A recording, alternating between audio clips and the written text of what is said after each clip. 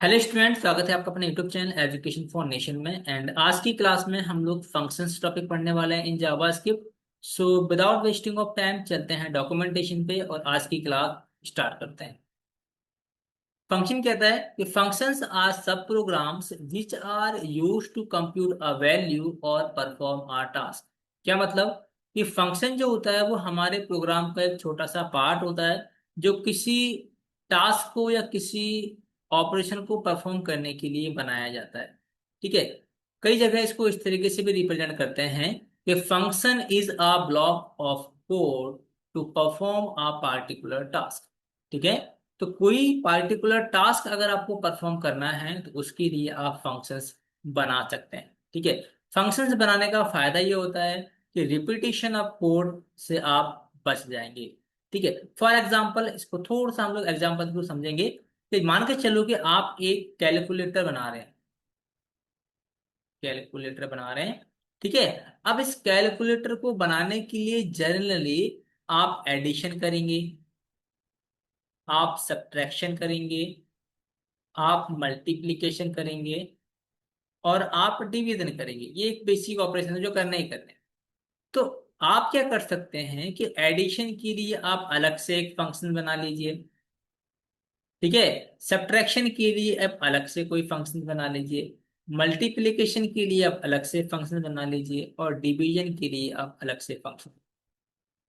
इसका फायदा ये होगा कि एडिशन के लिए ये पार्टिकुलर फंक्शन होगा। तो जब भी आपको कोई मॉडिफिकेशन करना है एडिशन में या कोई अपडेट्स करने हैं, ठीक है, कोई भी चेंजेस करने हैं कोड में, तो बाकी के लॉजिक्स या बाकी के कोड में आपको चेंजेस करने की जरूरत नहीं पड़ेगी। आप एक पार्टिकुलर फंक्शनैलिटी को मॉडिफाइड कर सकते हैं यूजिंग फंक्शन। ठीक है। और आपको ये भी याद रहेगा कि ये एक पार्टिकुलर फंक्शन इस लॉजिक को परफॉर्म कर रहा है। ठीक है। तो इसीलिए हम लोग फंक्शंस बनाना पसंद करते हैं और ये काफी इंपॉर्टेंट हो जाता है जब भी आप कोई प्रोजेक्ट बनाते हैं या कोई प्रोग्राम्स बनाते हैं। ठीक है। या कोई बड़ी बड़ी एप्लीकेशन बनाते हैं। ठीक है। हम क्या करते हैं, किसी भी बड़ी एप्लीकेशन को छोटे छोटे मॉड्यूल्स में डिवाइड करते हैं और छोटे छोटे मॉड्यूल्स को छोटे छोटे फंक्शंस में डिवाइड करते हैं।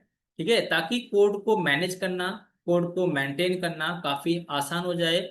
और सबसे जो मोर एडवांटेज है फंक्शन को पढ़ने का वो है कोड रियूजेबिलिटी। कोड रियूजेबिलिटी मतलब कि अगर मुझे अपने मॉड्यूल्स में या अपने फंक्शंस में, सॉरी, अपने मॉड्यूल्स में या अपने एप्लीकेशन में कहीं भी एडिशन नाम का फंक्शन चाहिए होगा तो मुझे उसके लिए दोबारा कोड नहीं लिखना पड़ेगा। मैं इसी फंक्शन के कोड को रीयूज कर सकता हूँ। ठीक है। तो कोड को रीयूज करने का जो फीचर मिल जाता है, किसे मिलता है, वो हमको वो फंक्शन के केस से मिलता है। ठीक है। इसीलिए हम लोग फंक्शंस पढ़ना पसंद करते हैं। क्लियर। तो फंक्शंस को आप कैसे डिफाइन करोगे? सिंपल एक लाइन में आपको डिफाइन करना है कि functions is a block of code to perform a particular task. ठीक है। ना अगर हम लोग अभी टाइप्स ऑफ फंक्शंस की बात करें, टाइप्स ऑफ फंक्शंस देखो, हमारे पास दो तरह के फंक्शंस होते हैं जावास्क्रिप्ट में। पहला होता है हमारा लाइब्रेरी फंक्शन, जिसे बिल्ट इन फंक्शंस भी कहते हैं। सेकंड होता है हमारा यूजर डिफाइंड फंक्शन। अब लाइब्रेरी फंक्शंस या बिल्ट इन फंक्शंस क्या होते हैं? देखो, लाइब्रेरी फंक्शंस या बिल्ट इन फंक्शंस हमारे वो फंक्शंस होते हैं जो जावास्क्रिप्ट हमको प्रोवाइड कराता है। ठीक है। मतलब ऐसे फंक्शंस जो पहले से ही जावास्क्रिप्ट प्रोग्रामिंग लैंग्वेज में प्रेजेंट हैं, उनको आप बोलोगे बिल्ट इन फंक्शन। ठीक है। जैसे हमने अलर्ट फंक्शन पढ़ा था, तो अलर्ट फंक्शन हमने नहीं बनाया था, वो जावास्क्रिप्ट का पहले से बना हुआ फंक्शन है, तो इसको आप बोलेंगे built in function. Document dot right function हम लोगों ने पढ़ा था। ठीक है। ये फंक्शन भी हम लोगों ने नहीं बनाया बट इसको हम लोग यूज करते हैं, तो ये भी हो गया हमारा बिल्ट इन फंक्शन। ठीक है। एक अपने टाइप ऑफ फंक्शन पढ़ा था। टाइप ऑफ फंक्शन भी क्या करता है? डेटा टाइप चेक करता है, तो ये फंक्शन भी हम लोगों ने नहीं बनाया, ये भी कहलाएगा आपका बिल्ट इन फंक्शन। ठीक है। तो ऐसे फंक्शंस जो प्रोग्रामिंग लैंग्वेज हमको प्रोवाइड कराती है उसको बोलेंगे built in function. Now user define function में क्या होता है? यूजर डिफाइन फंक्शन मीन्स कि प्रोग्रामर अपने नीड के अकॉर्डिंग अगर कोई फंक्शन क्रिएट करता है या डिफाइन करता है, उसी को हम बोलेंगे यूजर डिफाइन फंक्शन। क्लियर। कि programmer create own function is called user defined function. ठीक है, चलो ये तो फंक्शन में आ गया आपको कि हमारे पास दो तरह के फंक्शंस होते हैं, एक built in function, second user defined function. दोनों में डिफरेंस मैंने आपको बता दिया, अब बताऊंगा तो बोर हो जाओगे। ठीक है, चलो थोड़ा सा हम लोग आगे चल रहे हैं और ये सीखते हैं कि एक्चुअली में फंक्शंस को बनाते कैसे हैं जावास्क्रिप्ट के अंदर। ठीक है, चलो तो इसको बनाने का बहुत ही सिंपल सा तरीका है, अगर आप इसको एक बार देख लेंगे देन ये आपको हमेशा याद रहेगा। तो सिंटेक्स ये कहता है कि सबसे पहले आपको फंक्शन लिखना है, आपको फंक्शन लिखना है, उसके बाद जिस नाम का फंक्शन आपको बनाना है वो फंक्शन का नाम देना है, देन आपको लगाना है पैरेंथेसिस, उसके बाद कर्ली ब्रेसेस, एंड देन इसके अंदर जो भी आप अपना लॉजिक्स लिखेंगे वो डिफाइन कर सकते हैं। That's it. तो कर्ली ब्रैकेट के अंदर जो भी आप कोड लिखेंगे उसको हम बोलेंगे बॉडी ऑफ फंक्शन। क्लियर? तो फंक्शन बनाना कितना आसान हुआ, पहले फंक्शन लिखना है, फंक्शन का नाम लिखना है, उसके बाद कर्ली ब्रैकेट के अंदर ब्लॉक ऑफ कोड या अपने लॉजिक्स डिफाइन करने। ये यहाँ पे क्या हो जाएगा, अपने लॉजिक्स डिफाइन करने। सिंपल। इसी को अगर हम मैं बना के दिखाऊं आपको तो थोड़ा सा और आसान हो जाएगा आपके लिए। तो चलते हैं VS कोड में, इसको हम लोग रिमूव करते हैं और एक नया फोल्डर बना लेते हैं, चैप्टर नंबर 8। एक फाइल बनाएंगे यहाँ पे index.js नाम से। ठीक है, अब हमको फंक्शन बनाना है।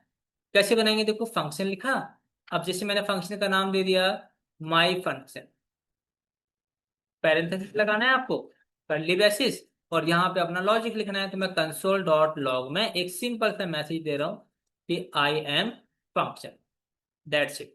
सेव करना है, सेव करने के बाद इसको हम चलेंगे चैप्टर नंबर 8 में, CD चैप्टर नंबर 8 से रन करेंगे हम लोग। नोड index.js रन की नहीं भाई। अच्छा, तो हमने फंक्शन बना लिया, ठीक है। बट अभी जब हमने इसको रन किया तो एक्चुअली में हमारा आउटपुट नहीं आ रहा। रीजन क्या है, देखो रीजन इसको हम लोग समझेंगे। देखो फंक्शन तो बना लिया हम लोगों ने बट हमारा आउटपुट नहीं आया जब हम लोगों ने फाइल को रन किया। ठीक है, जैसे हमने एक यहाँ पे डिस्प्ले नाम का। तो इसी में जो नेक्स्ट टॉपिक आता है वो आता है calling a function. Calling a function क्या कहता है कि जब तक आप अपने फंक्शन को कॉल नहीं करेंगे तब तक फंक्शन के अंदर लिखा हुआ कोड आपका रन नहीं होगा। ठीक है, without calling function you can't execute the statement inside the function. ठीक है, तो जो भी स्टेटमेंट आपने फंक्शन के अंदर लिखी हुई हैं वो तब तक एग्जीक्यूट नहीं होंगी या तब तक वो रन नहीं करेंगी जब तक आप अपने फंक्शन को कॉल नहीं करते। ठीक है, सो अब ये मोस्ट इंपॉर्टेंट हो जाता है कि बिना फंक्शन को कॉल किए हुए तो हम लोग उसके अंदर का लिखा हुआ कोड रन नहीं कर पाएंगे। तो एक्चुअली में कॉल कैसे करते हैं फंक्शन, तो फंक्शन को कॉल करने का जो सिंटैक्स है वो बहुत ही सिंपल सा है।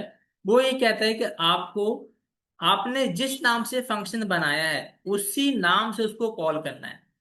ठीक है, जैसे डिस्प्ले नाम से यहाँ पे कॉल किया फंक्शन को, और हमारे केस में क्या होगा, हमने किस नाम से अपना फंक्शन बनाया, हमने जो अपना फंक्शन बनाया था वो बनाया था माई फन के नाम से।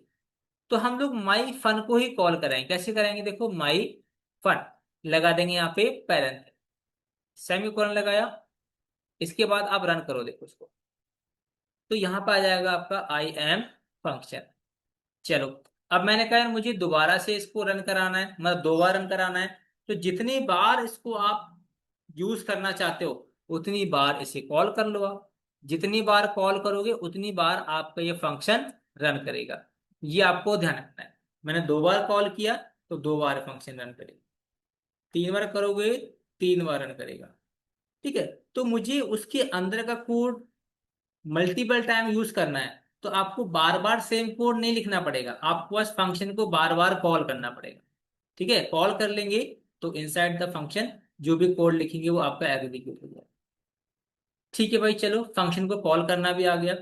अब हम क्या करेंगे, अब हम इसके कुछ बेसिक रूल्स पढ़ेंगे कि जब हम लोग फंक्शन बनाते हैं तो फंक्शंस को बनाने के लिए कुछ बेसिक रूल्स होते हैं, वो रूल्स क्या क्या है वो देखते हैं। देखो पहला रूल ये कहता है कि function name only start with a letter और अंडरस्कोर। क्या मतलब, कि फंक्शन का नाम आप किसी लेटर से कर सकते हैं, जैसे मेरे केस में मैंने किया था माई फन, या आप अंडरस्कोर से कर सकते हैं, अंडरस्कोर माइफन। दोनों तरीके से आप फंक्शन का नाम बना सकते हैं, नो डाउट। सेकंड ऑप्शन क्या कहता है कि function name can not start with a number. Number से फंक्शन मत बनाना। जैसे मैंने क्या दिया, 10 नंबर, ये आपने एक फंक्शन बना दिया, तो ये इनवैलिड फंक्शन हो जाएगा। कभी भी फंक्शन नंबर से स्टार्ट मत करना। ठीक है भाई। तीसरा क्या कहता है कि do not use reserve keyword example else if. और बताया था मैंने आपको, कीवर्ड्स जब पढ़ाए थे आपको, कि कीवर्ड्स का जो मीनिंग होता है वो ना ऑलरेडी कंपाइलर के पास होता है, तो हम उनको एज अ फंक्शन यूज नहीं कर सकते। जैसे आपने कह दिया मैं यार फोर नाम से फंक्शन बनाना चाहता हूँ, तो फोर तो ऑलरेडी डिफाइन है जावास्क्रिप्ट कंपाइलर में, लूप की तरह हम लोग उसको यूज करते हैं, तो इस नाम से फंक्शन नहीं बना पाएंगे। आपने कह दिया मुझे वाइल लूप, वाइल से फंक्शन का नाम देना है वाइल, तो वाइल नहीं दे सकते क्योंकि वाइल ऑलरेडी हमारे कीवर्ड्स में प्रेजेंट है, उसको हम लोग एज अ लूप यूज करते हैं। आप इफ के नाम से फंक्शन नहीं बना सकते क्योंकि इफ ऑलरेडी हमारा डिफाइन है कंडीशन स्टेटमेंट के लिए। बात समझ में आ गई होगी आपको कि जो कीवर्ड्स पहले से डिफाइन हैं उनको हम लोग एज अ फंक्शन यूज नहीं कर सकते। ठीक है भाई, तीनों रूल्स आपको पता लग गए।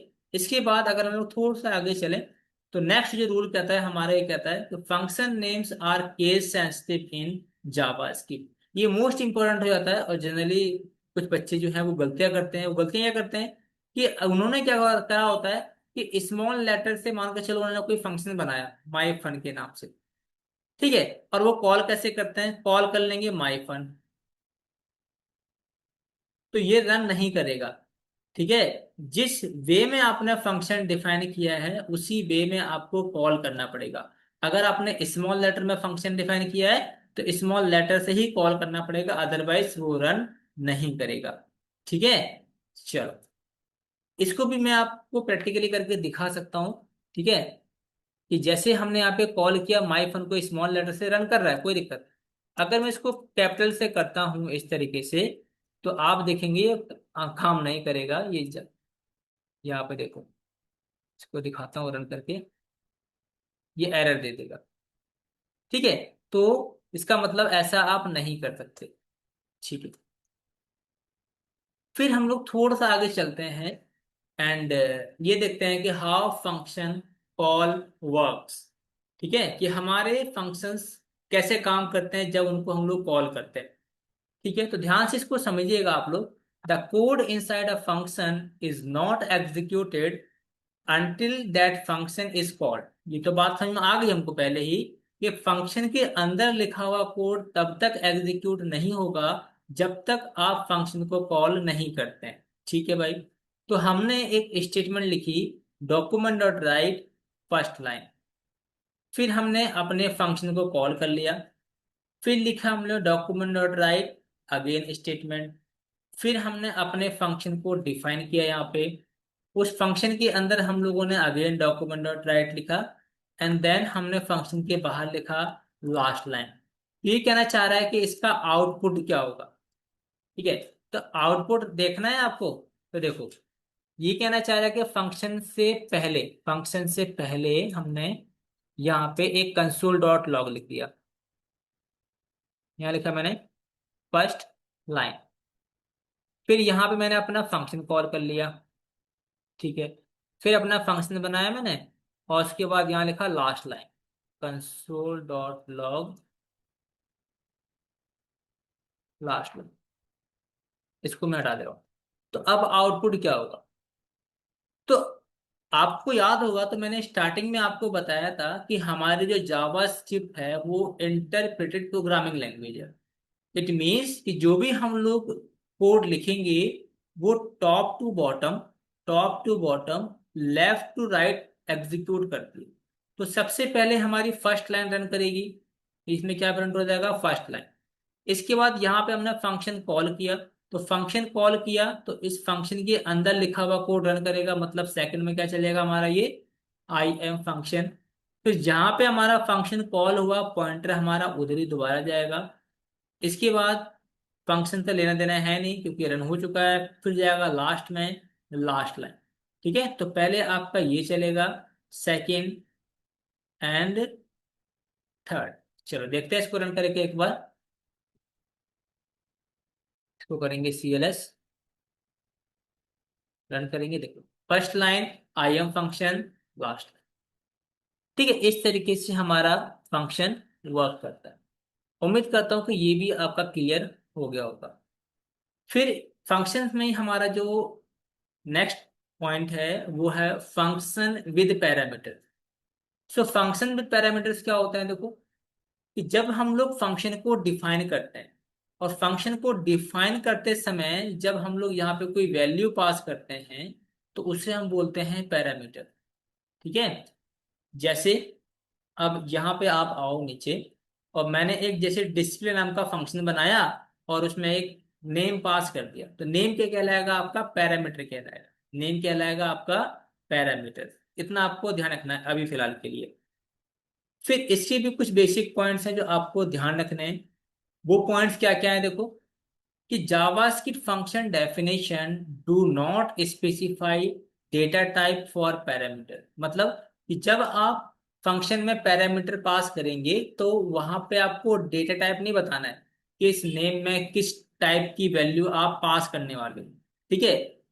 ये आपका डायनेमिकली टाइप है। मतलब इसमें आप नंबर भी पास कर सकते हो, इसमें आप स्ट्रिंग भी पास कर सकते हो, बूलियन भी पास कर सकते हो, ऑब्जेक्ट भी पास कर सकते हो, फंक्शन भी पास कर सकते हो। जो आपका मन करे उस टाइप की वैल्यू आप इस नेम पैरामीटर में पास कर सकते हो। ठीक है, पहला पॉइंट तो ये था। सेकंड पॉइंट में बताया गया है कि JavaScript function do not performs type checking on the past argument. ठीक है, मतलब वो टाइप भी चेक नहीं करता कि भाई आप किस टाइप की वैल्यू पास कर रहे हो।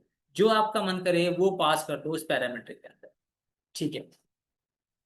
थर्ड पॉइंट कहता है कि JavaScript function do not check the number of argument receive. ये देखो कि जावास्क्रिप्ट में ये भी चेक नहीं करता कि उसमें कितने नंबर ऑफ आर्गुमेंट्स आने वाले हैं। अब हो सकता है क्वेश्चन मार्क बन जाए दिमाग में आपके कि एक्चुअली में आर्गुमेंट्स क्या होते हैं। ठीक है, तो इसको मैं समझाने वाला हूँ आपको VS कोड में, ताकि थोड़ा सा इजी हो जाए आपके लिए। अब जैसे मैं इसको हटा रहा हूँ, मैंने यहाँ पे एक फंक्शन बनाया, किस नाम से, डिस्प्ले नाम से बना ले चलो, डिस्प्ले। ठीक है भाई। फिर मैंने क्या करा, यहाँ पे डिस्प्ले में एक नेम नाम से पैरामीटर पास कर दिया। ठीक, और इसको मैं कंसोल डॉट लॉग में नेम को प्रिंट करा रहा हूँ। तो अब इतना तो पता लग गया कि मुझे कॉल करना पड़ेगा इसको, तभी रन करेगा कोड मेरा। कॉल कर दिया। तो यहाँ फंक्शन को बनाते समय जो मैंने वैल्यू पास करी है वो पैरामीटर हो गई, एंड यहाँ पे जब हम लोग वैल्यू पास करेंगे वो आर्गुमेंट। तो 10 आपका आर्गुमेंट हो गया, या मैंने यहाँ भेजा अजय। अजय आपका एक आर्गुमेंट हो गया। ये किस में जाएगा, नेम में, और नेम को हम लोग यहाँ पे प्रिंट करा लेंगे। नेम प्रिंट हो गया। ठीक है, चलो ये तो परफेक्ट है। अगर आपने डिस्प्ले नाम के फंक्शन को कॉल किया, अब यहाँ पे पास कर दिया आपने अजय, फिर कॉमा में दिल्ली, एंड यहाँ पे पास कर दिया आपने 40। तो इसमें आप कितने भी नंबर ऑफ आर्गुमेंट पास कर दो, उससे भी जावास्क्रिप्ट को फर्क नहीं पड़ता। ठीक है, इससे एरर नहीं मिलने वाला आप। ठीक है भाई। तो इसको आप हैंडल कैसे करोगे, तो जैसे आपने एक पैरामीटर लिखा आपने, ठीक है, इसमें नेम चला जाएगा। इसी तरीके से आपने सिटी लिख दिया, इसमें सेकंड की वैल्यू आ जाएगी। एंड आपने लिख दिया एज, इसमें थर्ड की वैल्यू आ जाएगी। आप चाहो तो यहाँ पे कंसोल करा सकते हो, console dot log I am from, and यहाँ पे city, console dot log my age, and यहाँ पे एज रहेगा। ठीक है, इसको भी देखो रन करके आप। अब आपको वो तीनों वैल्यू मिल जाएंगी। तो उसका टाइप भी चेक नहीं करता है, नंबर ऑफ आर्गुमेंट भी चेक नहीं करता है। ठीक है, ये फायदा है आपको जावास्क्रिप्ट फंक्शन में। सो उम्मीद करता हूँ कि यहां तक तो कोई डाउट नहीं होगा आपको। ठीक है। फिर कॉल फंक्शन विद पैरामीटर, ये बता दिया मैंने आपको कि जितने नंबर ऑफ आर्गुमेंट्स होंगे उतने ही नंबर ऑफ, सॉरी, जितने नंबर ऑफ पैरामीटर्स होंगे उतने ही नंबर ऑफ आर्गुमेंट आपको पास करने पड़ेंगे वहां पे। ठीक है। इसके बाद फिर आता है देखो function argument missing. Function argument missing में क्या कहता है कि इफ, यहाँ देखिएगा ध्यान से, कि if a function is called with missing argument the missing value are set to undefined.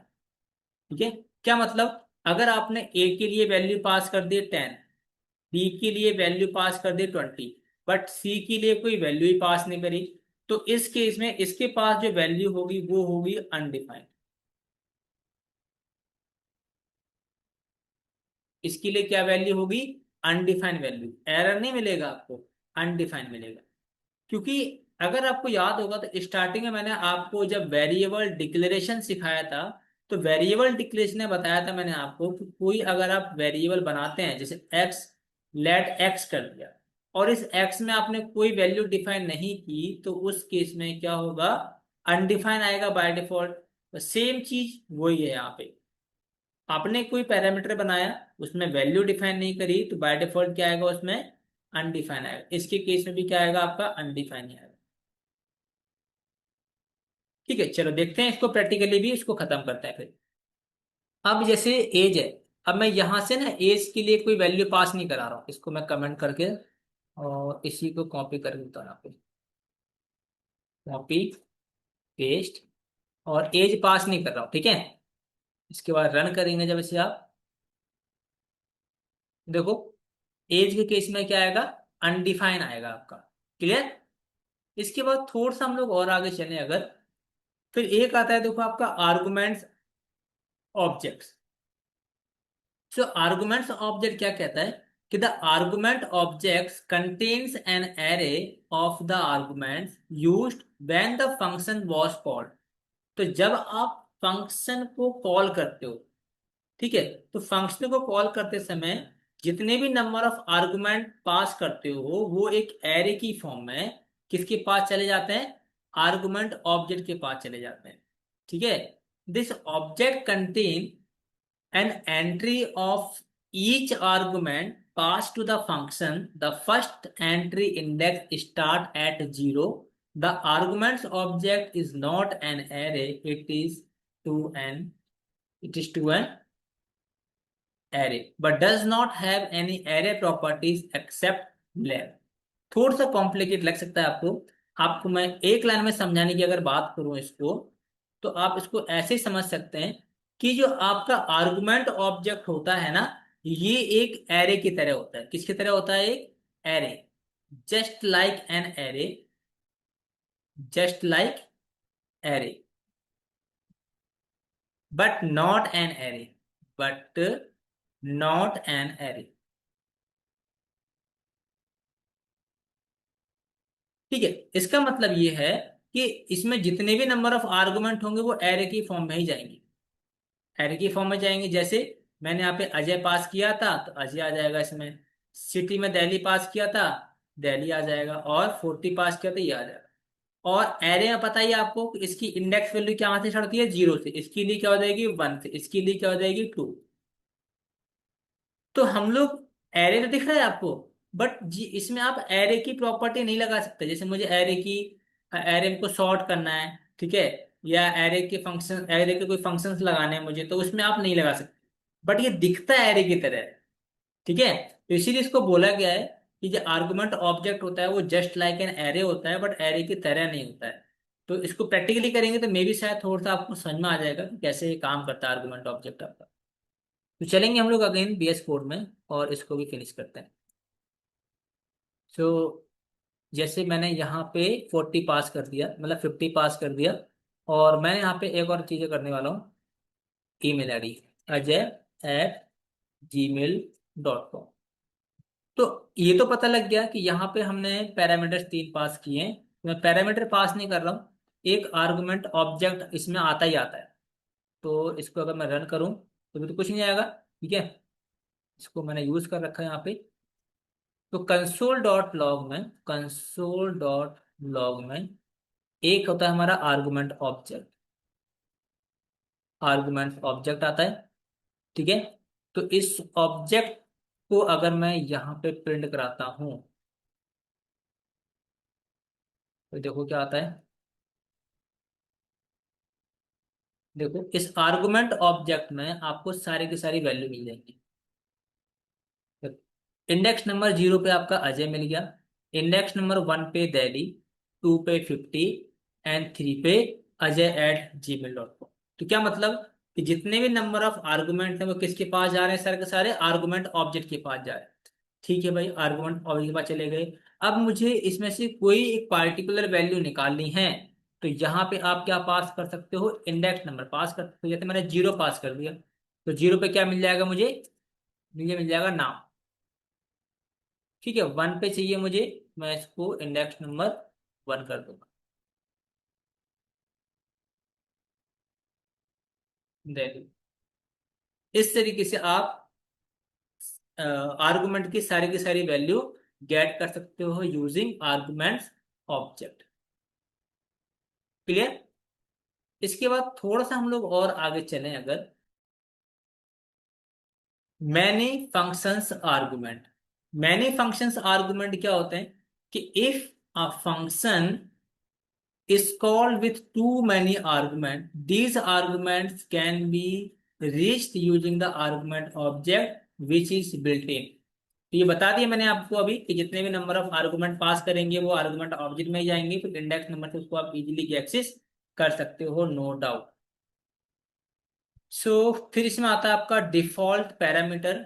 Default parameter क्या होता है कि आपने कोई फंक्शन बनाया, फंक्शन में पैरामीटर पास किए, ठीक है, और किसी पार्टिकुलर पैरामीटर की वैल्यू आपने वहीं डिफाइन कर दी, तो वो पैरामीटर कहलाएगा आपका डिफॉल्ट पैरामीटर।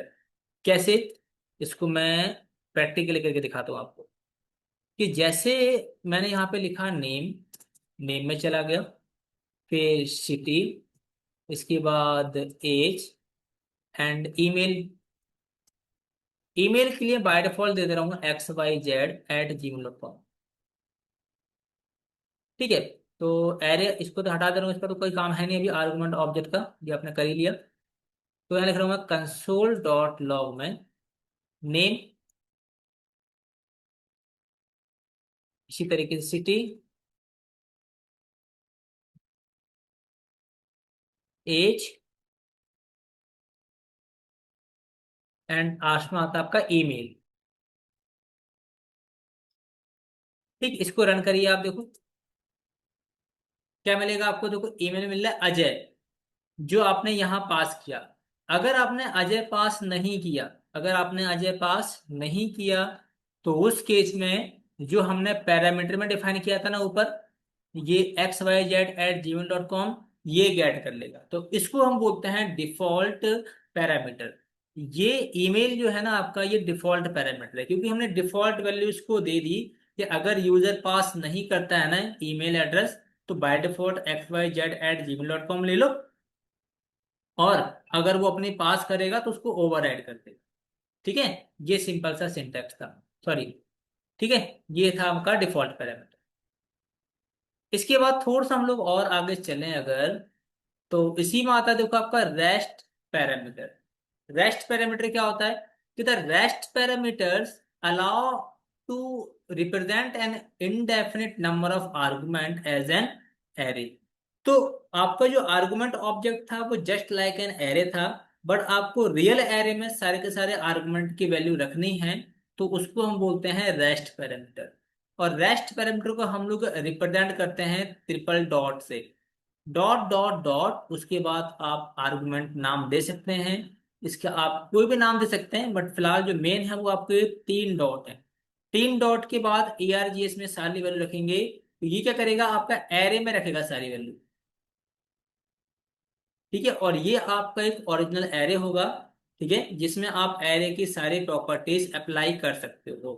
कैसे करेंगे, देखो कैसे रखेंगे इसके अंदर वैल्यू, वो मैं आपको दिखाता हूँ। जैसे आपने यहाँ पे एक फंक्शन डिफाइन किया, ठीक है। अब इसको मैं टच नहीं कर रहा हूँ, वरना फिर दोबारा करना होगा तो खराब हो जाएगा। यहाँ मैंने एक फंक्शन बनाया माई फन के नाम से। ठीक है, कंसोल डॉट लॉग में एक एरे ऑब्जेक्ट है हमारा। मैं क्या करने वाला हूँ, डॉट डॉट डॉट ARGS, और इसको मैं रखूंगा एक वेरिएबल के अंदर, है ना, वैल्यूज ARGS। एंड वैल्यूज को हम लोग यहाँ प्रिंट करा देंगे और अपना फंक्शन कॉल कर लेंगे। यहाँ मैंने पास की वैल्यू 10, 20, 30, 40, 50 जो भी आपका मन करे वो रख सकते हो। सिंपली इसके बाद फिर आप रन करेंगे यहाँ पे, तो एक एरे में सारी की सारी वैल्यू आ जाएंगी आप। ठीक है भाई। अब इस एरे को मॉडिफाई करना है, अपडेट करना है, वैल्यू को चेंज करना है, रिप्लेस करना है, जो आपका मन करे वो इजीली कर सकते हो। ठीक है। सो इस तरीके से हम लोग एक सिंगल पैरामीटर में सारी वैल्यू स्टोर करा सकते हैं, नो डाउट। क्लियर। इसको हम लोग यहाँ से कमेंट कर देंगे एंड बाकी हम लोग नेक्स्ट टॉपिक को देखेंगे। क्लियर है, ये आपको समझ में आ गया होगा कि रेस्ट पैरामीटर किस तरीके से वर्क करता है। इसके बाद फिर हमारा नेक्स्ट टॉपिक जो है वो आता है रेस्ट वर्सेस आर्गुमेंट में डिफरेंस क्या है। तो दोनों को डिफरेंस आप लोग समझिएगा, मैं इसको भी मिनिमाइज कर देता हूँ। ठीक है। देखो, रेस्ट वर्सेस आर्गुमेंट को अगर आप देखें तो वैसे तो मैंने डिफरेंस बता दिए हैं आपको कि there are three main differences between rest parameters and argument object. तो डिफरेंस कौन कौन से हैं।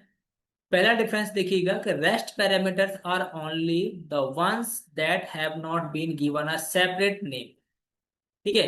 तो आर्गुमेंट ऑब्जेक्ट को हम लोग या रेस्ट पैरामीटर को क्या कर सकते हैं हम लोग, एक सेपरेट नेम नहीं दे सकते। वाइल आर्गुमेंट ऑब्जेक्ट को हम लोग क्या करते हैं, all argument pass to the function, मतलब हम इसमें एज अ आर्गुमेंट में सारे वैल्यू इजीली पास कर सकते हैं। इसके बाद जो सेकंड आपका है डिफरेंस, वो आता है हमारा the argument object is not a real array while rest parameter are array. ये बता दिया मैंने आपको। थर्ड आप डिफरेंस बोल सकते हैं कि argument object has additionally functionality specific to itself like poly properties. तो आर्गुमेंट ऑब्जेक्ट के पास अपने खुद की कुछ स्पेसिफिक प्रॉपर्टीज हैं, जिसको पॉली प्रॉपर्टी भी कह सकते हो आप। ठीक है। तो ये मेजर डिफरेंस की बजाय आप सिंपल एक डिफरेंस ही बोल दीजिएगा, थोड़ा सा घुमा रहा है चीजों को ये। आप सिंपली बोल देना कि आर्गुमेंट ऑब्जेक्ट जो होता है वो एक रियल ऑब्जेक्ट होता है। ठीक है। और आपका जो रेस्ट पैरामीटर होता है जस्ट लाइक एन एरे होता है। इसके बाद थोड़ा सा हम लोग और आगे चलें, देन इसमें आता है आपका रिटर्न स्टेटमेंट। रिटर्न स्टेटमेंट क्या होता है कि a return statement may be returns any types data including array and object. ठीक है।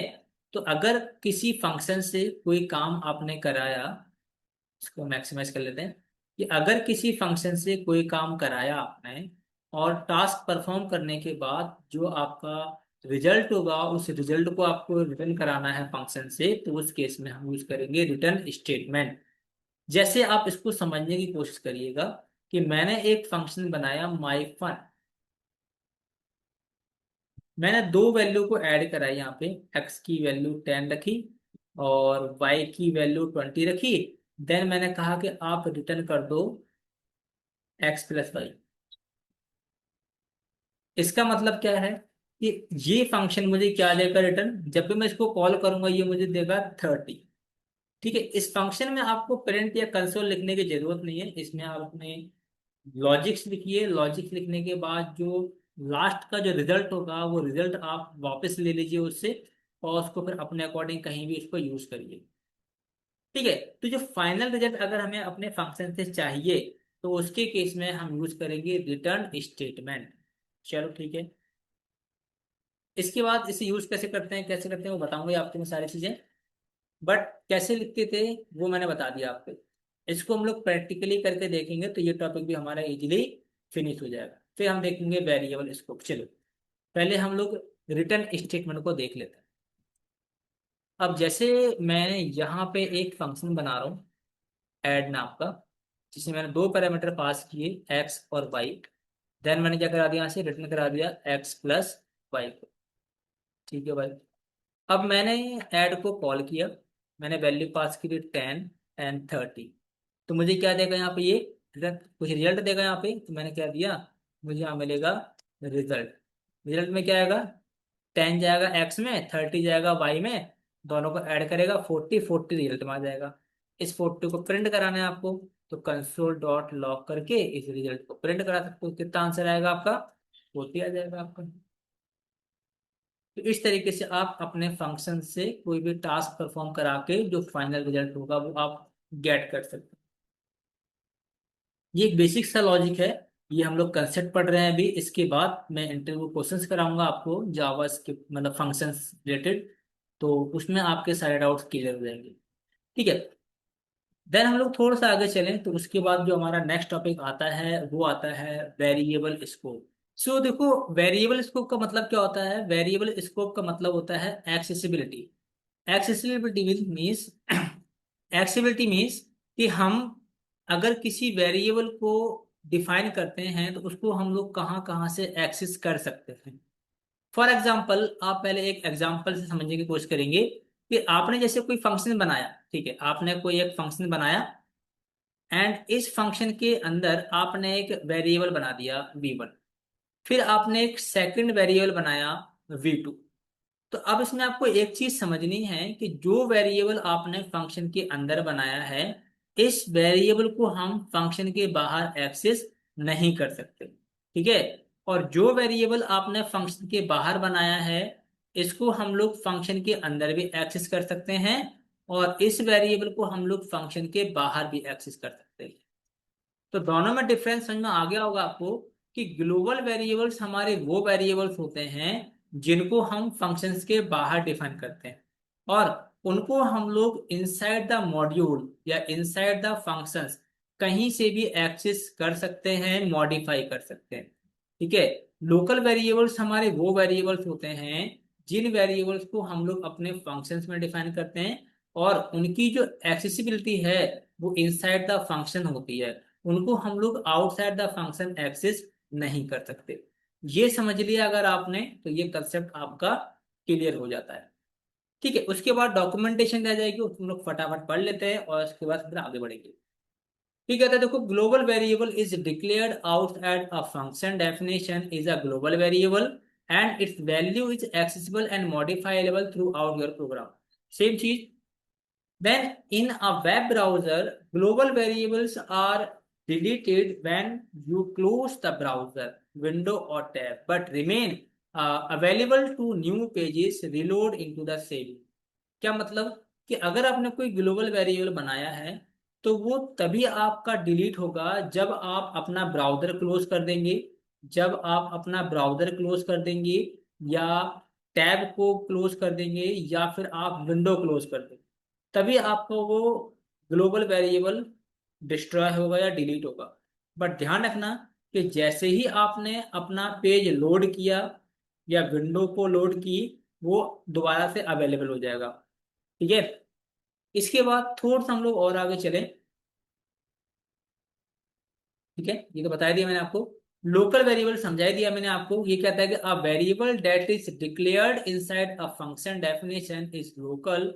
It is created and destroyed every time the function is execute, and it cannot be accessed by any code outside the function inside a function if a variable has not been declared with where it is created as a global variable। क्या मतलब? कि अगर आपने कोई variable बनाया है inside the function, तो वो आपका एक लोकल वेरिएबल होगा, और वो आपका हर बार डिस्ट्रॉय हो जाएगा। जितनी बार आप फंक्शन को रन करेंगे, मतलब जितनी बार आपका फंक्शन रन करेगा उतनी बार मेमोरी में आएगा। जैसे ही आपका फंक्शन एग्जीक्यूट हो जाएगा, आपका वेरिएबल भी डिलीट हो जाएगा। सेकंड थिंग, कि इसकी जो एक्सेसिबिलिटी है वो इनसाइड द फंक्शन ही होगी, हम उसको आउटसाइड द फंक्शन यूज नहीं कर सकते। देन थोड़ा सा हम लोग और आगे चलें अगर, फिर ये कहता है, चलो पहले इतना प्रैक्टिकल करके देख लेते हैं, फिर हम लोग इसको देख लेंगे कि इस स्टेटमेंट का मतलब क्या है। तो हम लोग पहले यहाँ पर आते हैं और एक हम लोग वेरिएबल बनाते हैं। मैंने एक फंक्शन बनाया ऐड नाम से, और इसमें देखो आपने दो वेरिएबल बनाए। लेट एक्स असाइन 100, ये लोकल वेरिएबल हो गया आपका क्योंकि फंक्शन के अंदर है। और एक आपने बनाया वेरिएबल लेट वाई असाइन 200, ये आपका ग्लोबल वेरिएबल। तो अगर मैं ग्लोबल वेरिएबल को फंक्शन के अंदर एक्सेस करना चाहूँ तो होगा क्या? Console dot log.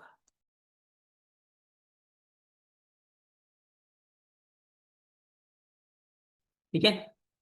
तो पहले मुझे फंक्शन कॉल करना पड़ेगा, हम कॉल करते हैं अपने फंक्शन को, इसको रन करके देख लेते हैं। परफेक्ट, ऐसा हम लोग कर सकते हैं। बट अगर हम लोग फंक्शन के बाहर एक्सेस करना चाहें ग्लोबल वैल्यू को, कर सकते हैं क्या? Outside the function. यस, इसका मतलब हम इनसाइड द फंक्शन भी कर सकते हैं यूज, और आउटसाइड द फंक्शन भी कर सकते हैं। सेम चीज अगर हम लोग लोकल के केस में करें तो console dot log access local variable inside the function x कर लेते हैं। ठीक है, और फिर हम लोग क्या करेंगे, इसको भी कमेंट कर देता हूँ मैं। गलत जगह लग गया भाई। ठीक है, यहाँ भी करते हैं हम लोग console dot log access local variable outside the function C T I.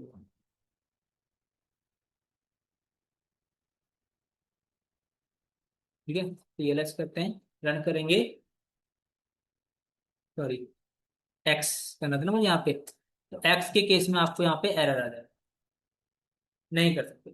Error भी क्या आएगा देखो आप, ये दिखाएगा, ये कहेगा आपको सिंपली कि x is not defined, reference error, x is not defined, क्योंकि उसको एक्स मिल ही नहीं पा रहा है।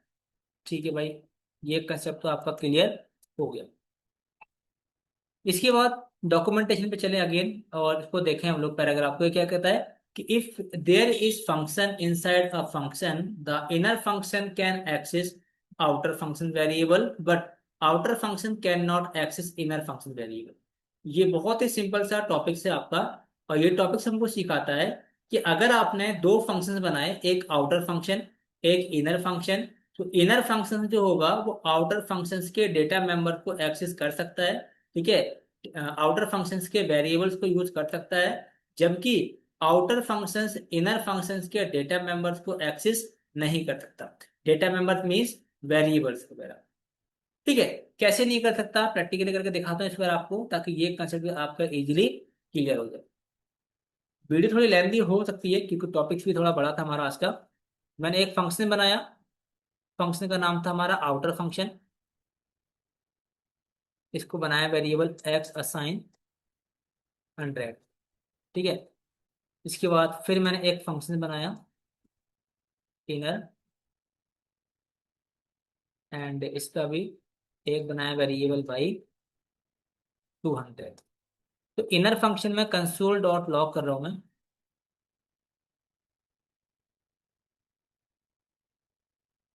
कंसोल डॉट लॉग में एक्स की वैल्यू प्रिंट करा रहा हूँ। ठीक है, तो पहले मुझे इस आउटर फंक्शन में इनर फंक्शन कॉल करना पड़ेगा, और अपना आउटर फंक्शन भी कॉल करना पड़ेगा, तभी रन करेगा हमारा इनर फंक्शन। CLS करते हैं, इसको रन करेंगे हम लोग, तो इसका मतलब हम लोग आउटर फंक्शन की वैल्यू इनर फंक्शन में प्रिंट करा सकते हैं। बट ये सेम चीज अगर मैं करना चाहूँ फंक्शन के बाहर, और यहाँ मैं इनर फंक्शन की वैल्यू प्रिंट कराना चाहता हूँ आउटर फंक्शन के अंदर, तो उस केस में आपको यहाँ पे एरर मिल जाएगा। तो ऐसा आप नहीं कर सकते हैं, ये आपको ध्यान रखना है। ठीक है भाई, ये भी आपका क्लियर हो गया। इसके बाद फिर आता है हमारा ब्लॉक स्कोप। ब्लॉक स्कोप क्या कहता है कि variable declared with var do not have block scope. मतलब कि अगर आपने कोई वेरिएबल वेर से बनाया है तो उसका कोई ब्लॉक स्कोप नहीं होता, और जिसका कोई ब्लॉक स्कोप नहीं होता उसको हम लोग कहीं से भी एक्सेस मॉडिफाई कर सकते हैं। कैसे? कि जैसे ये आपका एक ब्लॉक हो गया, अब मैंने वेर नाम से कोई वेरिएबल बनाया, वेर एक्स असाइन 10 कर दिया, तो इसका मतलब मैं इसको इस ब्लॉक के अंदर से भी एक्सेस कर सकता हूं, और ब्लॉक के बाहर से भी एक्सेस कर सकता हूं, दोनों जगह से मैं इसको मैं एक्सेस कर सकता हूँ। मॉडिफाई अगर मुझे करनी है इसकी वैल्यू, तो मैं यहां से भी इसकी वैल्यू को मॉडिफाई कर सकता हूँ। ठीक है, देखो, और मैं चाहूँ तो इसको ब्लॉक के बाहर से भी इसकी वैल्यू मॉडिफाई कर सकता हूँ। ठीक है, इसकी वैल्यू क्या हो गई 10, इसकी वैल्यू कितनी हो गई 300, क्योंकि हमने पहले इसको रन कर लिया फिर इसको रन किया। ठीक है नाउ, बट अगर हम लोग ब्लॉक की बात करें तो हमने क्या करा, मान के चलो लेट से हमने बना दिया कोई वेरिएबल, क्योंकि लेट और कॉन्स्ट हमारे दो ब्लॉक उसको वेरिएबल्स होते हैं। ब्लॉक का मतलब ये होता है कि अगर हमने लेट और कॉन्स्ट से ब्लॉक के अंदर कोई वेरिएबल डिक्लेयर किया है तो उसको हम लोग ब्लॉक के बाहर एक्सेस नहीं कर सकते। रीजन क्या है देखो ध्यान से समझते हैं हम लोग। इसको पहले हम लोग रन करते हैं तो यहाँ पे आपको एक एरर मिलने वाला है। तो एरर क्या मिलेगा कि हम लोग एक्स को आउटसाइड द ब्लॉक यूज कर रहे हैं, तो रेफरेंस एरर हो जाएगा क्योंकि उसको एक्स की वैल्यू मिलेगी ही नहीं। बट अगर मैं इसको यहाँ से कमेंट कर दूं एंड देन मैं इसको यहाँ पे रन करूं तो ये इजीली रन हो जाएगा। ये समझ में आ गया कि हम ब्लॉक वेरिएबल को ब्लॉक के बाहर यूज नहीं कर सकते। सेकेंड थिंग, क्या मैं लेट की वैल्यू को मॉडिफाई कर सकता हूँ, एक्स असाइन 400, तो आंसर है इसका यस, कर सकते हैं। पर सेम चीज अगर मैं लेट की जगह कॉन्स्ट कर दूं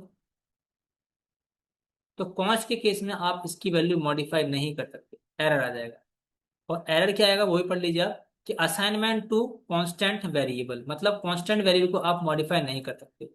तो अगर मैं इसको कमेंट कर दूं, कमेंट करने के बाद अगर हम लोग कोड को रन करेंगे तो ये प्रॉपर वर्क करेगा। तो डिफरेंस पता लगी क्या होगा आपको कि वेर आपका ग्लोबल वेरिएबल होता है, लेट और कॉन्स्ट आपके ब्लॉक वेरिएबल्स होते हैं। दोनों में डिफरेंस ये है कि लेट की वैल्यू को हम लोग मॉडिफाई कर सकते हैं, कॉन्स्ट की वैल्यू को हम लोग मॉडिफाई नहीं कर सकते। ठीक है, सो ये आपको कुछ बेसिक 3 पॉइंट्स याद रखने हैं और आपको जो ब्लॉक स्कोप का जो कंसेप्ट है वो क्लियर हो जाएगा। ठीक है, ये बता दिया मैंने वेर वाला आपको, और लेट वाला भी मैंने बता दिया, लेट और कॉन्स्ट वाला। बाकी मैं डॉक्यूमेंटेशन आपको दिखाई रहा हूँ ताकि आप इजीली इसको कर सकें। फिर इसी में एक हमारा टॉपिक आता है वेरिएबल होस्टिंग का। सो वेरिएबल होस्टिंग क्या कहती है कि hosting is JavaScript default behaviour of moving declarations of the top of the function if defined in a function or the top of the global context if outside a function। तो ये एक ऐसा concept है variable hosting का, ये एक ऐसा rule मान लीजिए कि जावास्क्रिप्ट का एक रूल कहता है कि first declare the variable then use the variable. क्या कहता है होस्टिंग का कंसेप्ट, क्या कहता है होस्टिंग, कहता है कि फर्स्ट डिक्लेयर द वेरिएबल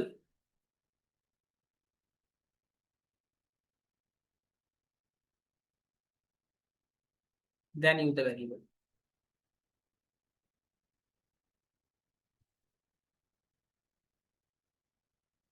ठीक है, मतलब अगर आप इस रूल को फॉलो करते हैं तो बहुत अच्छी बात है, अगर आप ऐसा नहीं करते हैं तो जावास्क्रिप्ट कंपाइलर इस काम को करता है।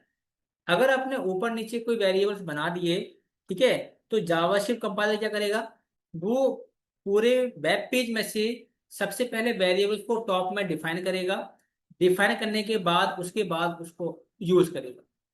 ठीक है, इसी कंसेप्ट को बोला गया है वेरिएबल होस्टिंग, इसके अलावा इसका कोई अलग से कंसेप्ट नहीं है। ठीक है, फोर्थ हम लोग और आगे चलें अगर, ये वही चीज बताया गया है कंपाइलर फेस बताता है। ठीक है, तो ये लाना पढ़ लीजिए आप कि variable can be used before it been declared, only variable declaration are hoisted to the top, not variable initialization. ठीक है, तो ये सिर्फ वेरिएबल डिक्लेरेशन ही होस्टेड है जावास्क्रिप्ट के अंदर टॉप में, वेरिएबल इनिशियलाइजेशन नहीं है। फिर इसमें एक टॉपिक आता है आपका क्लोजर। तो क्लोजर कंसेप्ट क्या कहता है, ये कहता है कि a closure is a function having access to the parent scope, it preserve the data from outside. A closure is an inner function. तो क्लोजर क्या होता है, हमारा एक इनर फंक्शन होता है that has access to the outer function variable. जो अभी अभी मैंने बताया था आपको कि आउटर फंक्शंस के डेटा मेंबर्स को इनर फंक्शंस यूज कर सकता है, वो इनर फंक्शन जो होता है वही हमारा क्लोजर होता है। ठीक है, जो क्या करता है, हमारे डेटा को प्रिजर्व करता है फ्रॉम आउटसाइड, आउटसाइड से जो भी डेटा हुआ उसको वो एक्सेस मॉडिफाई अपडेट, डिलीट, जो भी उसको ऑपरेशंस परफॉर्म करना है वो कर सकता है। तो इनर फंक्शंस को क्या बोला गया यहाँ पे, क्लोजर्स ही बोला गया है। कोई बड़ा टॉपिक नहीं है, ठीक है। तो हर क्लोजर्स के तीन स्कोप होते हैं। वो तीन स्कोप कौन कौन से हो सकते हैं, पहला लोकल स्कोप मतलब ओन स्कोप, फिर आउटर स्कोप मतलब फंक्शन स्कोप, और एक होता है ग्लोबल स्कोप। अब जैसे हमने यहाँ पे एक इसको बनाया था अपना इनर फंक्शन आउटर फंक्शन का कंसेप्ट, तो आपको पता ही होगा देखो यहाँ पे कि ये जो फंक्शन है हमारा इनर फंक्शन है, इसके अंदर जो कोई बनाया है वेरिएबल, ये हो जाएगा आपका लोकल स्कोप, ये हो जाएगा आपका लोकल स्कोप। फिर आपने आउटर फंक्शन में बनाया एक वेरिएबल, ये हो जाएगा फंक्शन स्कोप। और इस फंक्शन के बाहर जो बनाओगे वेरिएबल, वो हो जाएगा ग्लोबल स्कोप।